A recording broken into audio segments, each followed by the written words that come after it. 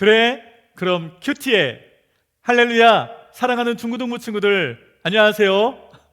어제 주일 예배 시간을 통해 인사드렸죠? 하지만 아직 못 본 친구들이 있을지 모르니까 다시 한번 인사드릴게요. 안녕하세요. 저는 우리 고등부 친구들과 이제부터 함께하게 될 양훈 목사라고 합니다. 우리 함께 말씀을 통해 우리 하나님의 이 진한 사랑 함께 나누기를 간절히 소망합니다. 며칠 전에 이 목사님이 정말 황당한 뉴스를 봤는데요. 아니, 세상에나 저 중국이 우리의 김치를 iOS라는 국제 표준화 기구의 표준에 맞춰서 새로 제정을 했다라고 합니다. 아니, 이게 무슨 소리야? 하고 좀 자세히 봤더니요, 저 중국이 우리 한국의 김치 산업을 하도 크게 열고 진행하다 보니까 마치 이 김치가 원래 자기네 나라의 것인 것처럼 이 국제기구에 등록을 해버렸다는 것입니다.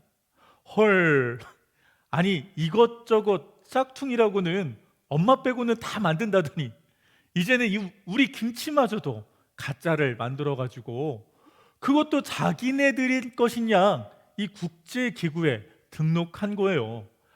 아유, 참 뻔뻔한 것들. 그런데 여러분, 다행히 안심하셔도 될 것 같아요. 우리 농림축산식품부의 발표에 의하면 이것은 국제 표준이 됐다는 것을 의미하는 게 아니라고 하네요. 이미 2001년 우리 김치가 이 유엔의 국제 표준으로 등록이 돼 있고, 또 이번에 중국이 등록한 김치는 이 김치가 아닌 염장채소, 이 문서에도요 김치에 해당되지 않는다라고 명확하게 명시되어 있다고 합니다. 암튼 가짜들이 판치는 세상, 우리 조금도 방심하면 안 될 것 같습니다. 그런데요, 이 성경에도 우리 하나님의 말씀을 이용한 가짜들이 있다네요. 바로 오늘 말씀에 나오는데요, 우리 먼저 함께 기도하고 우리 말씀 속으로 들어가 볼까요? 사랑의 하나님, 오늘도 우리 사랑하는 중고등부 친구들 말씀 가운데, 말씀 앞에 서게 하심에 감사합니다. 주님께서 이 자리에 인도하셨으니 우리의 마음은 활짝 열어주시고 하나님을 알게 하시고 하나님의 뜻대로 살아갈 수 있도록 은혜 내려 주시옵소서. 예수님의 이름으로 감사하며 기도드립니다. 아멘.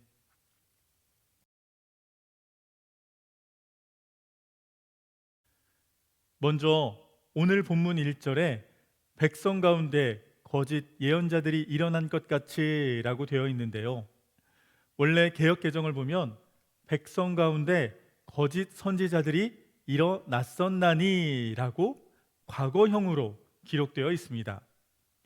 즉 예전에도 우리를 파멸로 인도한 거짓 예언자들이 있었는데 오늘날에도 멸망을 자초하게 할 거짓 예언자들이 나타난다는 것입니다. 그리고 이 말씀은 2000년이 지난 지금에도 너무나도 명확한 진리가 되셨지요. 참으로 그 어느 때보다도 많은 이단들이 일어나 우리를 끌어들이고 있으니까요. 그리고 그 대상은 어른들뿐 아니라 청년, 대학, 언니, 오빠들, 수능을 본 고3, 그리고 지금 학교에 있는 여러분들에까지 확대되고 있습니다.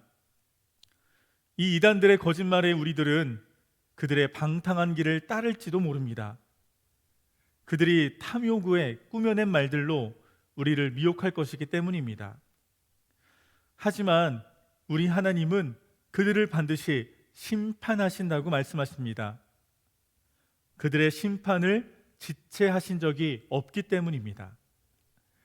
먼저 하나님은 노아 시대 경건치 않은 모든 자들을 용서하지 않으셨습니다. 이 시대가 얼마나 악했는지 성경은 이렇게 기록하고 있습니다. 창세기 6장 5절과 6절입니다.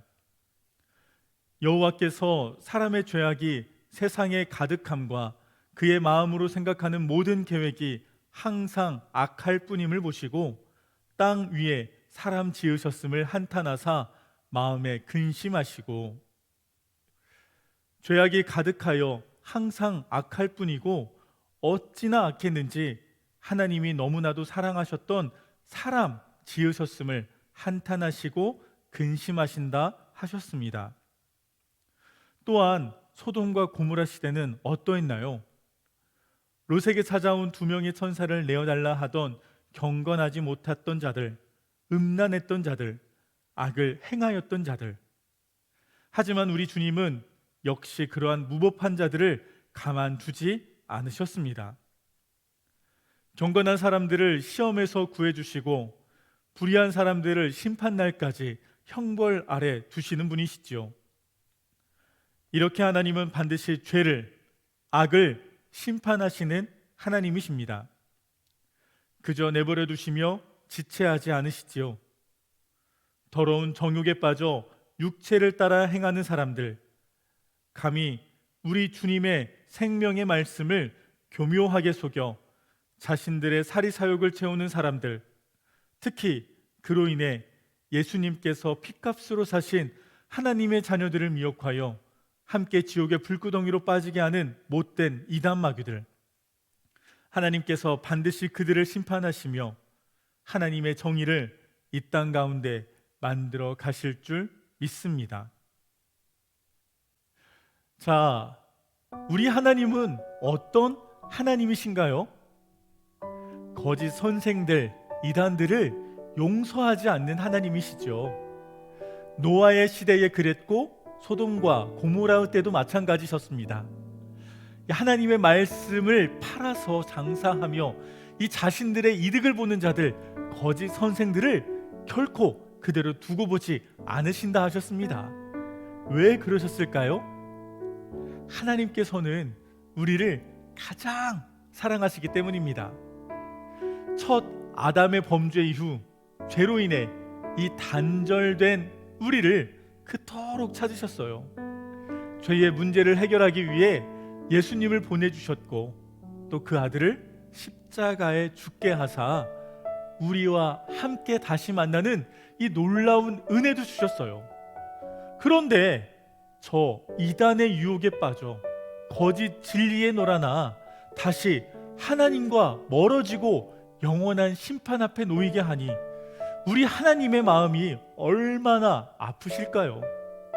하나님께서 저 이단 악한 세력들을 얼마나 미우실까요? 그래서 이들을 결단코 용서치 않으시는 것입니다. 멸망의 길로 인도하시는 것이에요. 그렇다면 우리는 어떻게 살아야 할까요? 오늘 말씀에 이단들은 예전에도 있었고 또 지금도 있다 말씀하시죠. 앞으로도 이단은 계속 있을 거예요. 그래서 우리는 먼저 우리 하나님 곁에 꼭 붙어 있어야 합니다.